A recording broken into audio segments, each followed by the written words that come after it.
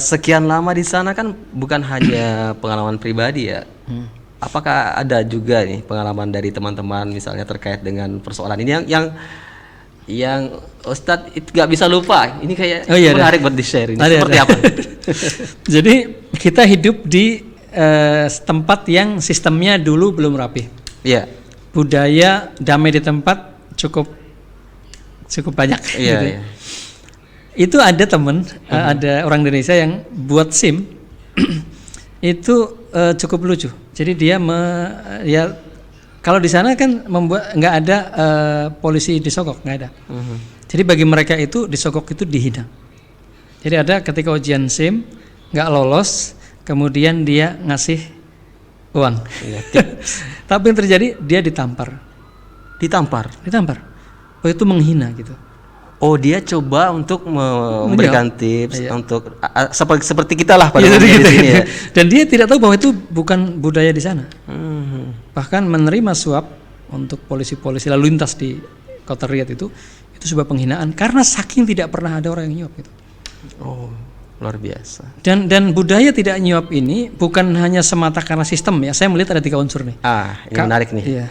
Unsur pertama adalah sistemnya. Iya. Karena sistem yang buruk menyebabkan orang baik akan jadi buruk juga. Sistem yang dalam. Iya. Ini jadi kuat pemirsa ya. Iya. Sistem yang buruk akan membuat orang yang baik berpotensi ikut menjadi buruk. Wah mantap. Tapi sistemnya tadi bagus tuh. Ini bisa jadi quote buat background kita lagi nih buat next. Sistemnya kan udah baik tuh. Kalau ada pelanggaran lalu lintas, nggak ada langsung bayar saat itu. Nggak ada sidang, nggak ada pokoknya dendanya udah masuk ke KTP. Kapan mau dibayar? Tapi pasti Anda harus membayar karena harus seperti yang diceritakan sistem, tadi. Ya, sistem. Okay. Yang kedua adalah terkait dengan mentalitas aparat.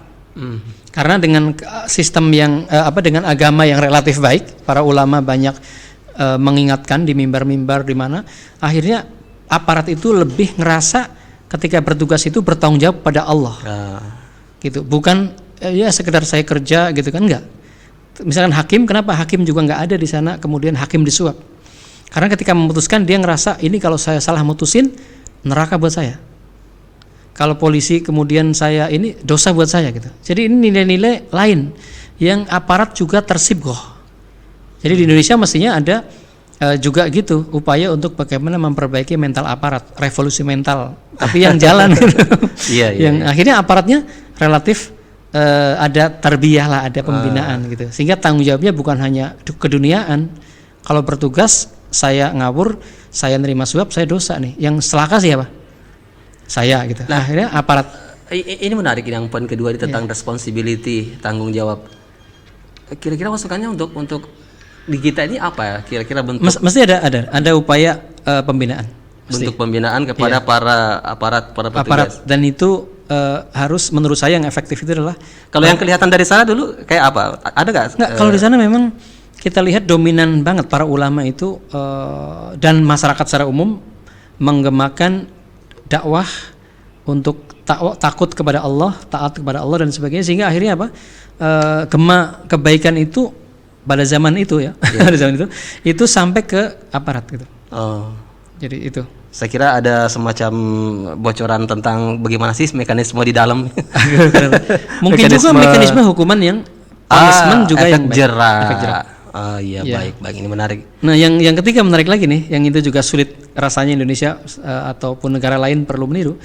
Faktor karakter masyarakatnya yang memang nggak mau nyuap. Jadi ini maaf ya. Orang itu kalau nggak tahu karakter ini menyebut masyarakat sana itu pelit.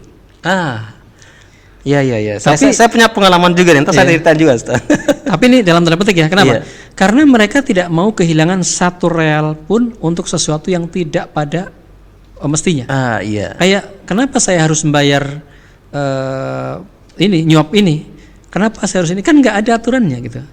Dia pelit. Tapi kalau nyumbang masjid tahu sendiri. Iya, ini pernah saya alami juga. Seorang teman yang asli orang Arab juga mengatakan, kalau seandainya ini buat sumbangan, saya mau asal jelas ini sumbangan.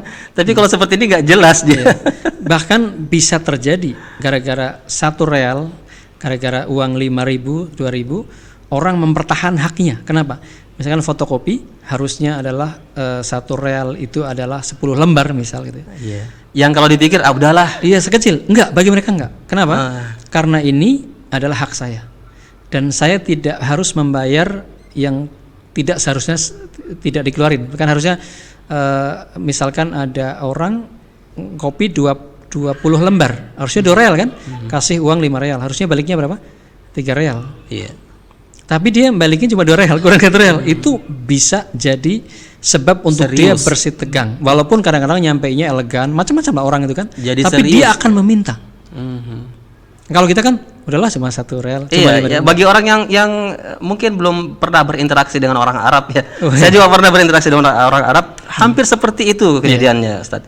Dia sampai mengatakan bahwa saya mau mengajari dia. Wow, masya Allah, mulia sekali. Saya mau mentarbiah dia bahwa ini tidak boleh kata dia. Dan di Indonesia ya pemirsa. Iya, efeknya apa? Dia nggak mau menyogok karena itu nggak perlu di mahkamah, di persidangan nggak ada, ngapain kita bayar, memang nggak ada bayarannya gitu loh. Nah itu menyebabkan orang sana nggak suka sogok menyogok karena sayang juga, ngapain saya harus nyogok. Nah kemudian tetapi kalau sudah ngomong infak, tahu sendiri kan, kalau bangun masjid ratusan juta juga dia keluarkan. Baik. Nah ini efek, jadi 3 faktor tadi, sistem yang baik, kemudian mental aparat yang terus di-upgrade, yang relatif baik, jujur, yang ketiga adalah mental masyarakatnya juga yang cenderung tidak mau